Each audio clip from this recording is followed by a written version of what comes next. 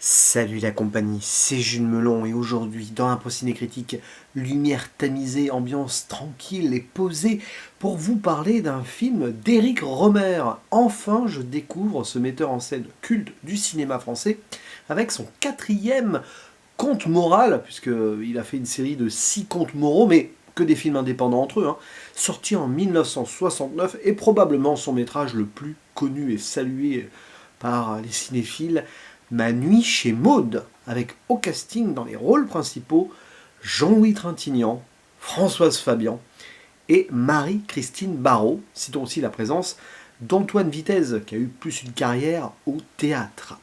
Et bon, déjà, si j'en parle, c'est que même si je suis très fatigué, c'est pour ça que je parle un peu plus doucement, bah, ça fait du bien de parler de cinéma, et que c'est un métrage qui permet une intense réflexion sur la vie, la psychologie des personnages, et donc qui influe sur les spectateurs, en quelque sorte.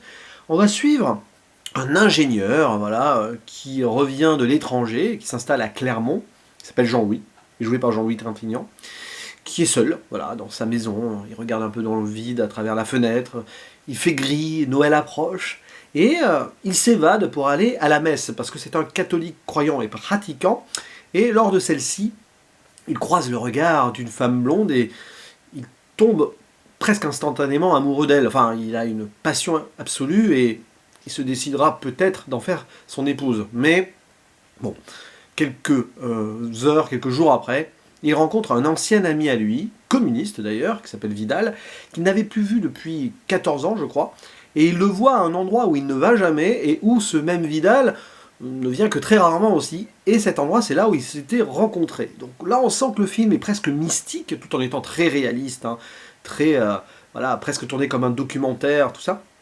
La place du hasard, du destin, c'est un petit peu central à Ma nuit chez Maud. Et donc, les deux vont parler, et puis Vidal va lui présenter ce qui est sa meilleure amie, ou sa conquête qu'il aimerait avoir, ou pas, voilà, c'est compliqué, une femme divorcée prénommée Maud. Et donc, ils vont passer la nuit de Noël chez Maud, plus ou moins après avoir fait la messe de minuit et tout. Donc d'où le titre Ma nuit chez Maud, où des discussions intenses vont avoir lieu entre les trois, puis surtout ensuite entre Jean-Louis et Maud.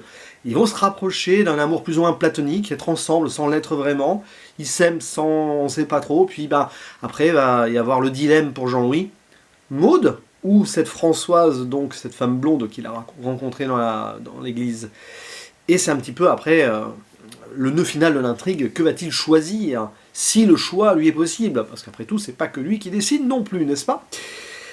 Et c'est un film très particulier. En fait, j'adore tout le début, parce que l'installation des personnages en silence pendant les 5-10 premières minutes, cette rencontre fortuite ou destinée ou hasardeuse à la messe, etc. C'est très fort. Et puis il y a une fin remarquable aussi qui met tout en exergue. Après, il faut vraiment s'accrocher, surtout sur un premier visionnage, par rapport à ce qui se passe au milieu et ces discussions qui sont très philosophiques, très humanistes, sur la religion, sur plein de choses.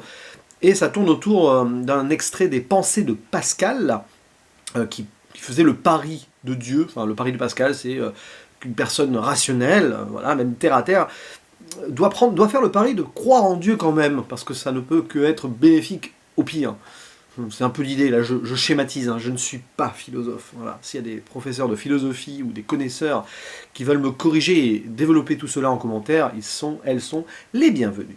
Donc c'est passionnant parce que on a quand même ici une amitié qui se renoue entre un communiste, mais qui a quand même ces idées de... Ça c'est pas... Voilà, et puis le chrétien catholique qui est très ouvert d'esprit, donc c'est quand même des gens qui arrivent à s'entendre, catholiques et communistes, surtout à l'époque, voilà. Donc là, petit pied de nez de la part de Éric Rohmer. Et puis bien sûr, toutes ces discussions autour des femmes, de l'amour ou pas, et du coup, cette femme très libre qu'est Maud, qui est assez post-68 en même temps comme film, donc c'est un peu cette mouvance-là.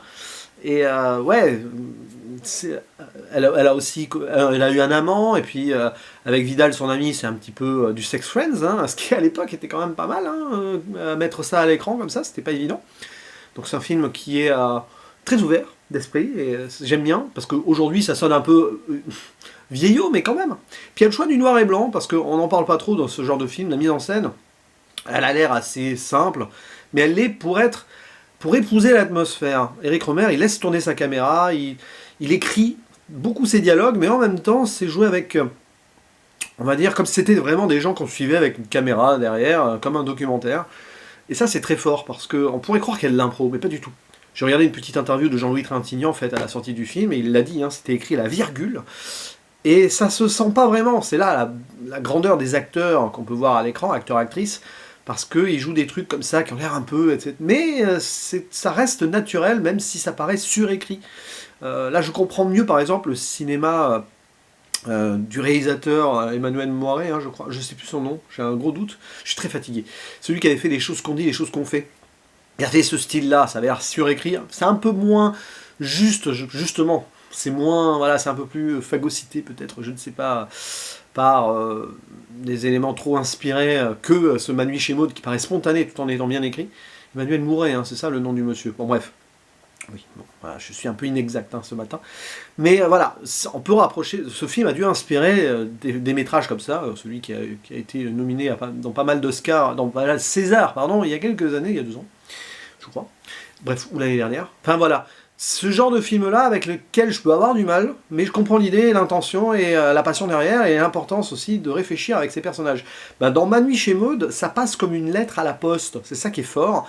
Et donc je parlais de la réalisation aussi, le noir et blanc utilisé, c'est très froid, c'est l'hiver, c'est Noël, mais en même temps il y a la chaleur humaine qui essaye de s'imposer là-dessus, et donc toutes ces déambulations autour du hasard, du choix aussi. Quel est le choix rationnel à faire ou non, justement. Même quand on a une chance sur 1000, pourquoi ne pas oser? Parce que ça fait avoir plus d'espoir que de ne rien faire ou de ne rien choisir. Je crois que là, c'est Vidal qui dit ça, et que c'est une citation de Lénine, peut-être, enfin, il me semble, si je me rappelle bien. Donc il y a plein de trucs intéressants et à analyser et à réfléchir en revoyant le film après coup, hein, parce que c'est vrai que le voir qu'une fois, c'est presque dérisoire là-dedans.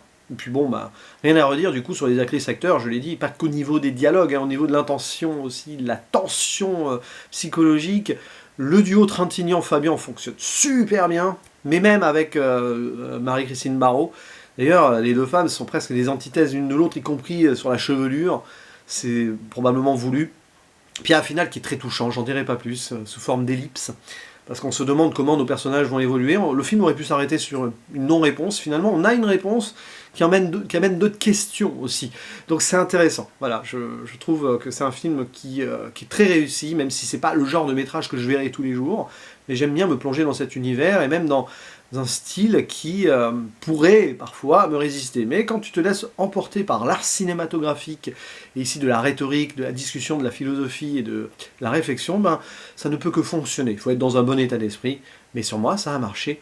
Ma nuit chez Maud, je vous le conseille, et je vous invite à en dire donc ce que vous en pensez sur ici les commentaires ci-dessous. Ouais, j'ai un peu du mal à trouver mes mots, mais j'ai pas très bien dormi, et si je mets des lunettes, c'est que je suis très fatigué, et, je suis un petit peu malade au moment où je fais cette vidéo aussi, mais ça fait du bien de vous parler comme ça, facecam. Allez, à vous la parole, je vous dis à la prochaine, ciao.